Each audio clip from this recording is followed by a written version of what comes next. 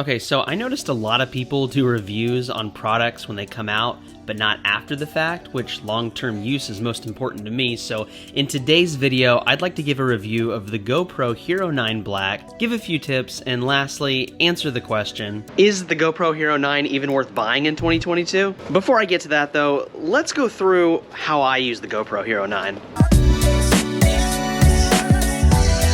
I mostly use the GoPro Hero 9 for skateboarding, urban exploring, traveling, and product reviews. As for the accessories I have for the GoPro Hero 9 that I use on a daily basis, I've got the GoPro case, which it came with, super handy to carry most things that the GoPro has. I have the dual battery charger, which you can buy off the GoPro website, plus 2 more batteries than the original battery that it came with. I've also got the GoPro Hero Media Mod, which makes the sound so much better. I've also got the Joby tripod. I didn't get the GoPro brand because it's a little bit more expensive, so I saved money by getting this tripod and it works great, so I highly recommend it, and it extends as well. I have the SanDisk Extreme 32 gig micro SD card, although it's a little bit small as far as room goes if you're gonna record over an hour, so I also have a 256 gig, which is usually what is in my camera all the time. So now that you know what I'm personally working with the GoPro Hero 9, let's get into the pros, the cons, and then I'll give you a couple tips on how I use the GoPro and what makes it easier to use, and then we'll kind of give a full summation of the GoPro Hero 9 in 2022, but let's actually start with the cons first.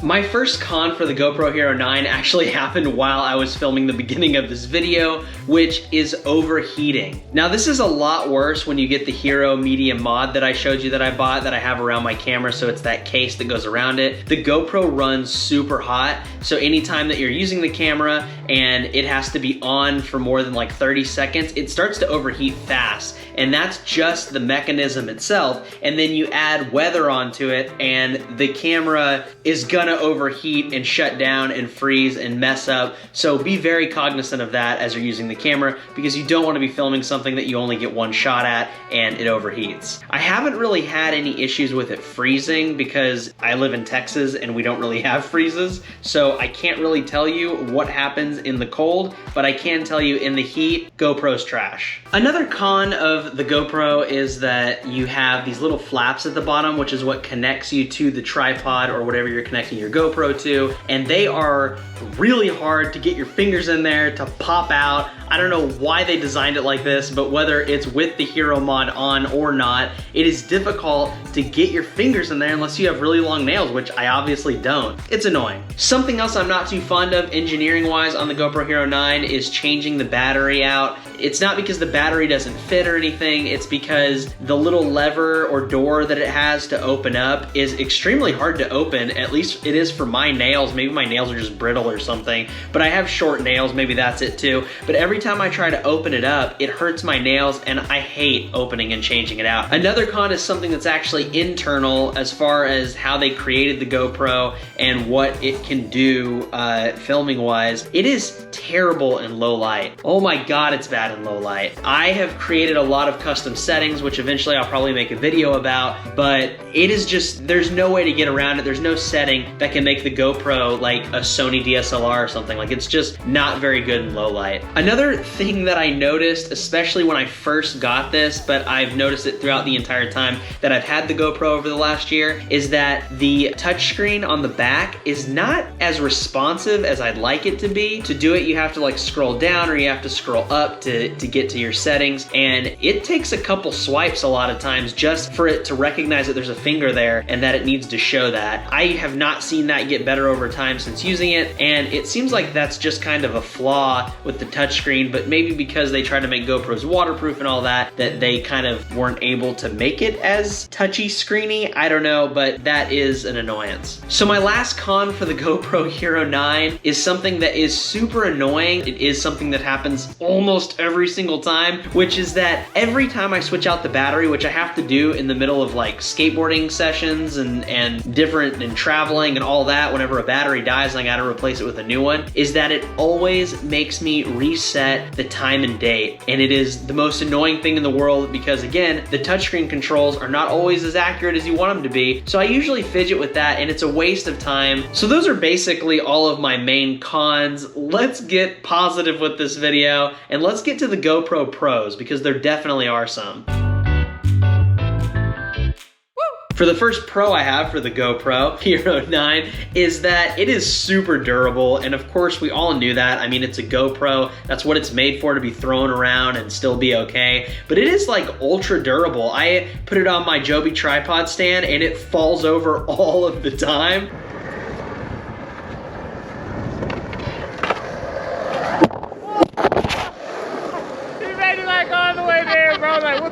And when that happens, the camera hits really hard, and there is a part on my glass that is a little bit chipped, but other than that, I've never had any large issues with it corrupting files or with the camera itself breaking. It's really cool. Second thing is, this is of course when you take off the media mod case and you add on this little piece right here, because you have to take this off to put the media mod on. When you put this piece on, it's how the GoPro actually comes when you first buy it. It is completely waterproof, which is super cool. I actually did some underwater scenes over in Colorado whenever my wife and I took a trip out there, and it was so cool to see what was going on in the stream, and you could see like all sorts of rocks, and you could just see, it was just cool. It's like a whole world that you don't normally get to see when you're hiking. So the GoPro is really good underwater. I love how clear it is. The next pro has got to be one of the best things about the GoPro Hero 9, which is one of the best things for someone like me who films a lot of action sports and a lot of traveling, which is the lighting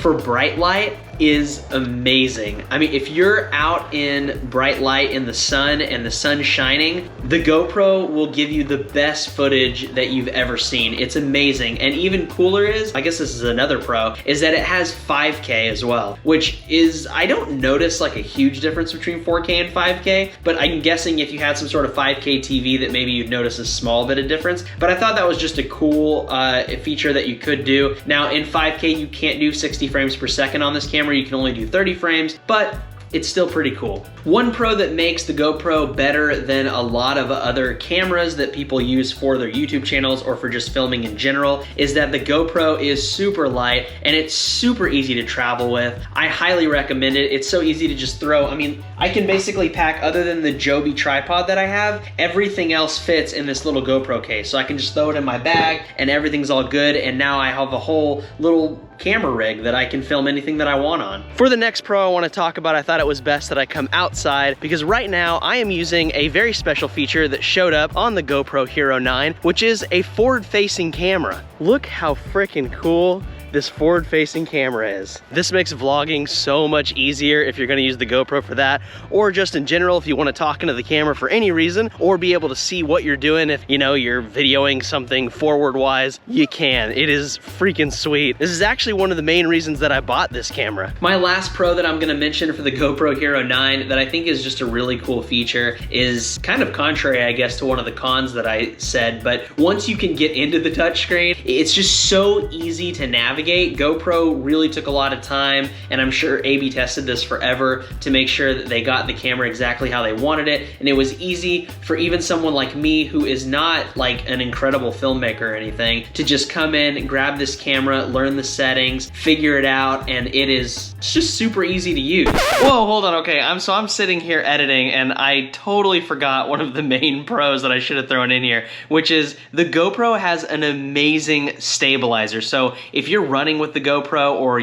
someone's rolling with it and you're holding the camera out, it is fantastic at being a gimbal. It is the ultimate gimbal stabilizer internal system that I've ever seen in a camera. It is fantastic. I mean, look at this run that my friend Jason filmed of me in downtown Dallas.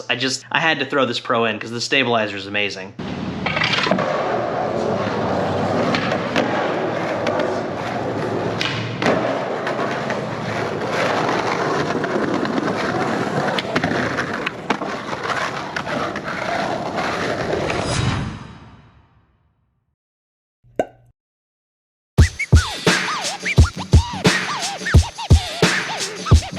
Okay, so after having the GoPro for over a year. I bought it last year in 2021, at the beginning of 2021, so it's actually been a little over a year. I do have a few tips and tricks for if you are filming in the same way that I am, which is it doesn't have to be skateboarding, but you're out in the fields and you're out in the world and you're filming and you're having to deal with all of the elements of everything. Here are a few tips just to make your life a little easier. Number one, and it's kind of something I already mentioned at the beginning of the video, but buy yourself a good off-brand tripod. You don't have to buy GoPros. It is a lot cheaper to buy the Joby stand that I got. Like I said, I'll leave the link in the description below if you want to go buy it at Best Buy or wherever, but it is an awesome tripod, cheaper, and also another good accessory to buy instead of the GoPro light that they sell, because I didn't get that for the Hero mod, is actually a purple light I'm using back here, which is this right here. I don't want to blind you, but this is an awesome light that I bought off of Amazon. If you want to buy it, I'll leave that in the description below as well. And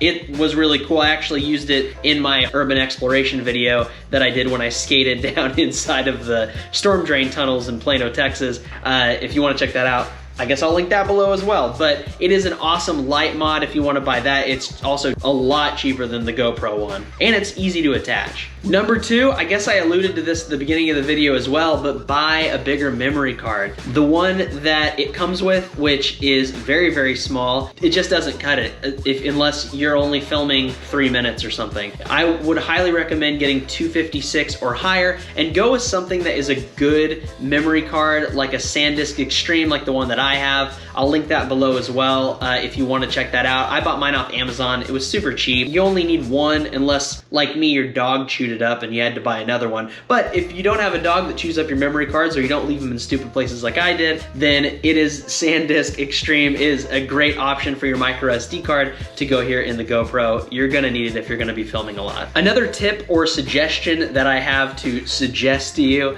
is that if you buy one of the tripods that GoPro offers, or like Joby, the one that I bought, it has the tripod feet at the bottom and then it has a pole that goes up. That is super convenient and super lightweight and super awesome. The only problem is if it's super windy, the GoPro is top heavy then, and then it'll always fall over. I've experienced that way too many times. My fix for that is that I actually always carry around a backpack, because I carry around my water, I carry around my GoPro, you know, little carrying case. I carry around a lot of stuff and it's weighted down.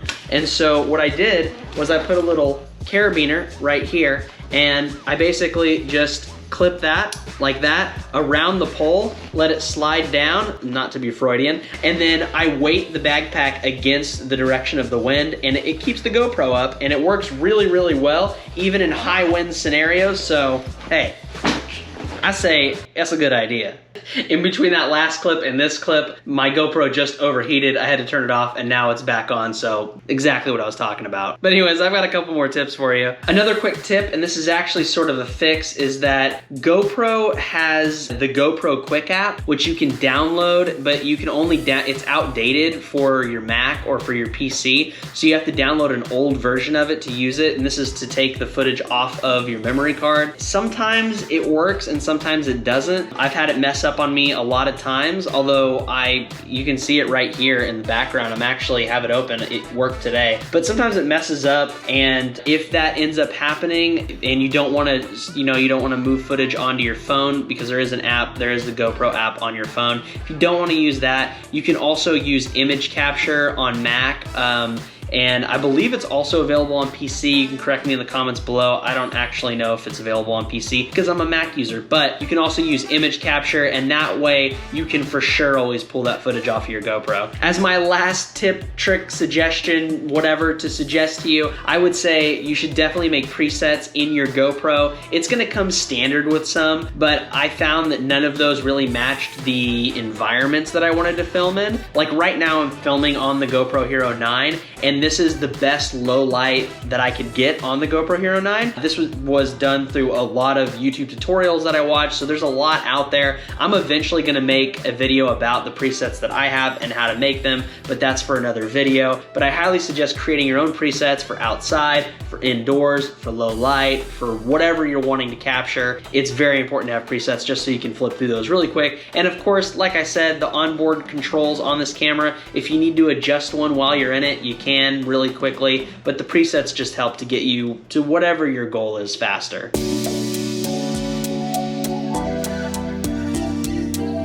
And alright guys, I'm sure that you are sick and tired of hearing me talk about the GoPro Hero 9 and saying GoPro Hero 9, but I wanted to give you as much information about it as possible. Now of course, I don't know if this camera is right for you. If it is, great. If it's not, there's a million other action cameras and just general cameras out there for you. To me though, I use it for outdoors, I use it for vlogging, I sometimes use it indoors for vlogging and doing review videos like this. Mostly I'm using it outdoors though, and it works perfectly for me. So if you're someone like me and you make content like me, I highly suggest getting the GoPro Hero 9. It's super awesome. So to answer the question in this video's title, is it still worth it? Yeah, I would say it is, even in 2022, and I think I'll be using it for the foreseeable future. Mainly because I'm cheap and I don't want to buy a new camera, but I'm gonna be using it for a while. Thank you guys so much for watching. If this video was helpful to you and you found some sort of value, please consider subscribing and liking this video and sharing it to other people who it might help. I would love it if you left in the comments if you think that I got something wrong, if you like something I said, or if you plan on getting the GoPro, or if you had a GoPro and you hated it. Whatever your thoughts are, please leave them in the comments below. I will see you guys next time, and as I say always, live well, skate better.